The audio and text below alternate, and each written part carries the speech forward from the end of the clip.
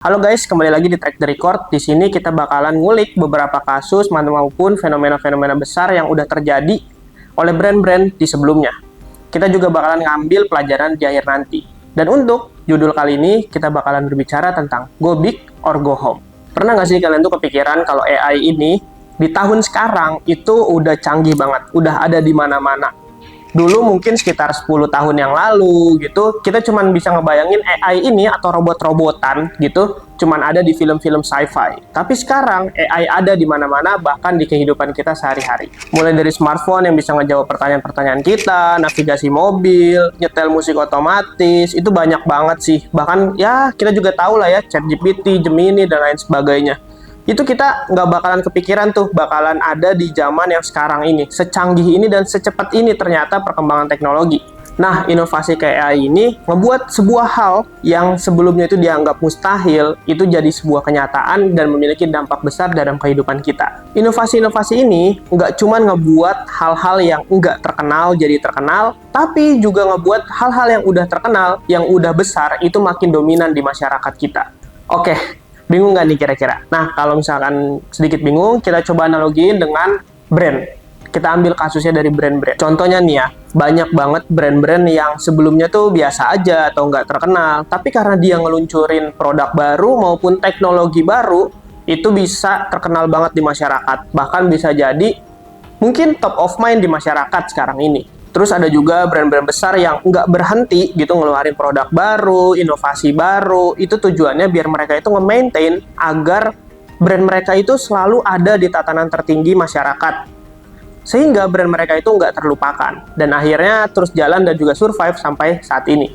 Tapi coba bayangin deh, kalau misalkan ada brand-brand gede, brand-brand yang udah punya nama gitu, itu mereka nggak melakukan inovasi gitu.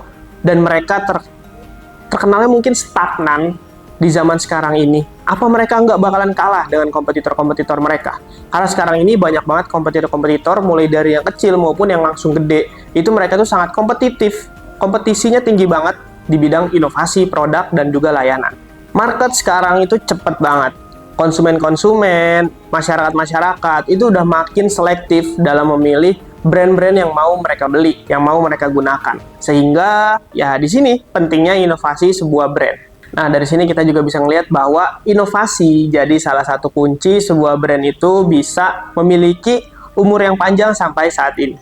Yuk, kita lihat sama-sama gimana sih sebuah brand itu berhasil melakukan inovasi, ataupun bahkan mereka yang kurang berhasil melakukan inovasi, atau mereka yang menolak kemajuan ataupun inovasi. Yuk kita bahas sama-sama. Kita lihat dari case pertama, di sini ada dari dunia otomotif mungkin ya, yaitu Tesla, di mana orang-orang nih udahlah lagi banyak banget yang ngomongin Tesla ini sebagai salah satu pelopor kendaraan dan juga tenaga bersih.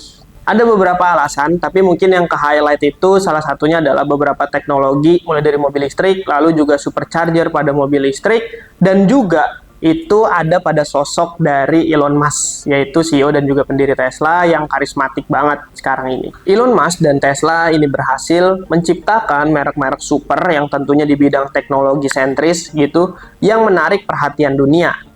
Bahkan Boston Consulting itu sampai memuat bahwa Tesla merupakan perusahaan paling inovatif nomor 3 sedunia. Nah, Tesla ini nggak cuma menciptakan mobil listriknya aja, tapi juga mengembangkan teknologi-teknologi lain seperti penyimpanan dan juga generasi listrik dan energi. Dengan segmen otomotif dan juga penyimpanan energi sebagai dua lini utama mereka, Tesla di sini menawarkan penjualan mobil-mobil langsung kepada konsumen ataupun melalui penjualan mobil bekas. Dan uniknya, Tesla ini mengembangkan semua software mereka secara mandiri dan tumbuh menjadi perusahaan teknologi terlebih dahulu sebelum nantinya menjadi perusahaan otomotif. Inovasi Tesla nggak berhenti di situ. Mereka juga mengembangkan supercharger, di mana ini merupakan stasiun pengisian daya terbesar mereka, gitu. Di mana ini memungkinkan konsumennya yang memiliki mobil Tesla untuk memiliki tempat pengisian daya yang tersebar di berbagai lokasi, dan mereka bisa mengisi daya secara efisien di tempat tersebut. Nggak ketinggalan pastinya. Pemilik Tesla juga bisa menghubungkan mobil mereka dengan smartphone yang mereka miliki. Dan ini jadi nilai plus dari Tesla. Lalu selanjutnya ada LG. Di case kedua ini kita nyebut LG. LG itu sebagai salah satu merek elektronik bahkan smartphone yang paling inovatif sebelumnya gitu. Tapi mereka baru-baru ini harus menutup lini dari smartphone mereka karena mereka kalah saing di bisnis smartphone-nya gitu. Kenapa ya bisa kayak gitu? Jadi menurut pengamat gadget yaitu Lucky Sebastian, LG ini sering banget bikin inovasi gitu. Tapi inovasinya itu banyak yang enggak terlalu dibutuhkan oleh para konsumennya. Malah beberapa inovasi mereka ini terkesan nyeleneh dan dirasa seperti eksperimen aja yang nggak siap untuk dipakai oleh konsumennya secara langsung. Contohnya nih, smartphone modular dari LG, di mana idenya tuh keren banget gitu, visinya juga keren banget. Tapi saat dipakai oleh para penggunanya, mereka harus merestart HP mereka setiap ganti modul. Nah, ini kan ngeribetin banget gitu ya, nggak praktis. Selain itu, strategi marketing dari LG yang kayaknya kurang banget. Di luar negeri, LG itu banyak banget melakukan marketing itu melalui operator jaringan, sehingga mereka nggak memiliki biaya marketing sendiri. Ini beda banget sama Samsung, yaitu kompetitor senegaranya, di mana Samsung ini sering banget ngeluarin campaign-campaign besar, iklan-iklan besar, bahkan marketingnya itu gede-gedean. Sehingga alhasil lambat laun, pasar dari LG itu mulai kegerus oleh Samsung. Ditambah lagi mereka harus saingan saat ini dengan banyak vendor-vendor dari China yang siap menawarkan produk-produk yang kualitasnya mirip-mirip tapi dengan harga yang lebih miring. Dalam 6 tahun terakhir, kondisi LG ini semakin lama semakin memburuk, semakin parah, sehingga mereka akhirnya berada di tahap di mana sulit untuk bangkit lagi. Kalau mereka mau balik ke masa jaya mereka, LG ini perlu rombak besar-besaran di strategi marketing dan juga mengubah lini smartphone mereka secara besar-besaran. Tapi melakukan itu semua tentu perlu usaha yang besar, tenaga-tenaga ahli yang banyak, waktu yang cukup panjang, bahkan sampai budget dan dana yang besar. Dan di sini sepertinya kondisi LG masih belum memungkinkan dan terlalu beresiko untuk dilakukan oleh LG. Pernah nggak ngerasa brand kamu blend-in aja gitu sama merek-merek lain? Mungkin karena kamu belum ada identitas merek yang jelas. Jadi, keunikan dan keunggulan brand kamu kurang terpancar aja. Tapi, masalahnya, apakah kamu tahu keunikan dan posisi brand kamu ada di mana? Di sini, Malam Branding bisa bantu menemukan dan memetakan identitas untuk brand kamu. Supaya kedepannya saat kamu launching produk, buat aktivasi atau ekspansi, udah ada arahan yang jelasnya. Yuk konsultasiin dulu aja di melambranding.com. Lalu yang terakhir ini masih lumayan baru banget, yaitu dari Bata. Di mana Bata ini menutup pabriknya di Purwakarta baru-baru ini. Gimana sih maksudnya? Oke, kita lihat selanjutnya. Bata dikenal sebagai salah satu merek sepatu yang terkenal banget, khususnya di Indonesia juga. Tapi baru-baru ini mereka harus tutup pabrik mereka karena ada suatu masalah yang penting banget. Dan salah satu masalah terbesar mereka yang mereka hadapi yaitu adalah kurangnya inovasi. Maksudnya, Bata ini kerasa kurang cepat untuk nangkep tren saat ini dan juga untuk survive di dunia digital saat ini. Sehingga banyak banget dari konsumen mereka yang lebih memilih pindah ke kompetitor karena kompetitor ini memiliki produk-produk yang lebih inovatif. Selain itu, Bata juga kena dampak dari pembatasan impor bahan baku. Baru-baru ini pemerintah lagi gencar-gencarnya untuk mengetatkan terkait impor bahan baku dan dengan tujuan untuk meningkatkan produksi di dalam negeri. Akibatnya produksi Bata ini semakin terganggu sehingga harga produksinya ataupun biaya produksinya itu semakin tinggi.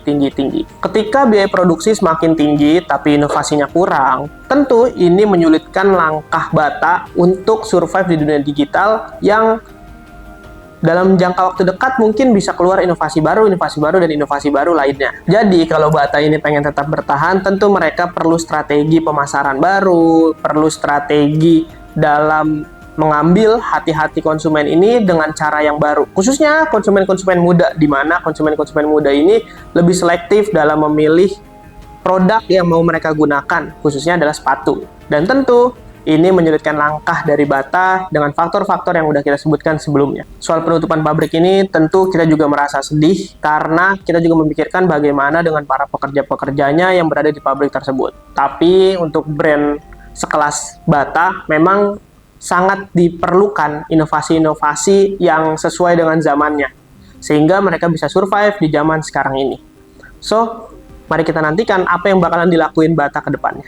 Oke, so di kasus kedua, di kasus LG, kita juga bisa melihat bahwa raksasa smartphone yaitu LG bahkan sampai harus menutup lini smartphone mereka karena kalah saing. Di tahun 2020 bahkan pangsa pasar mereka hanya mencapai 2%, dan ini turun jauh banget dari masa-masa sebelum-sebelumnya. Dengan kondisi yang udah parah kayak gini, tentu LG perlu usaha yang sangat besar dan juga strategi yang radikal buat ngembaliin masa kejayaan dari LG. Lalu ada Tesla yang menjadi salah satu perusahaan otomotif yang paling berharga di dunia berkat energi bersih mereka. Tesla nggak cuma bikin mobil listrik, tapi mereka juga ngembangin teknologi-teknologi lain seperti supercharger yang memudahkan untuk pengisian daya dari mobil mereka. Tesla bahkan inovatif juga di luar otomotif. Mereka membuat sebuah penyimpanan energi yang berguna banget untuk dunia tentunya. Tesla bahkan inovatif di luar mobil. Mereka ngembangin solusi penyimpanan energi. Keberanian Elon Musk untuk nantang norma-norma industri yang udah ada saat ini dan juga kemampuannya untuk mengintegrasikan teknologi pada Tesla itu membuat Tesla ini yang tadinya berada di urutan 41 di tahun 2013 menjadi perusahaan nomor 3 paling inovatif sedunia. Lalu terakhir dari kasus Bata, di mana perusahaan sepatu legendaris yang ada di Indonesia itu harus nutup pabrik mereka di Purwakarta karena kurangnya inovasi. Bata susah banget buat adaptasi dengan kondisi pasar saat ini yang terus berubah-ubah. Dan mereka juga kesulitan untuk mengikuti tren yang diinginkan oleh konsumen-konsumen muda.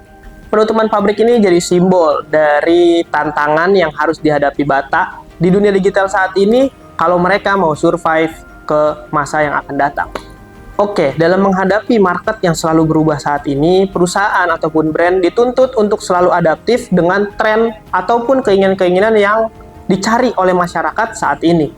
Tentunya hal ini harus dibarengi dengan riset yang sangat mendalam tentang tren tersebut dan bagaimana untuk menyesuaikannya ke dalam produk dari brand tersebut. Riset-riset ini tentu untuk membuat inovasi yang bakalan dikembangkan dalam produk lama maupun dalam launching produk baru itu diterima oleh para konsumen sehingga nggak menjadi inovasi yang sia-sia. Selain itu, strategi marketing yang efektif dan efisien itu juga penting banget, di mana perusahaan dan juga brand dituntut harus mampu melakukan strategi marketing yang dibutuhkan saat itu untuk mencapai sebuah keberhasilan dari inovasi yang mereka buat.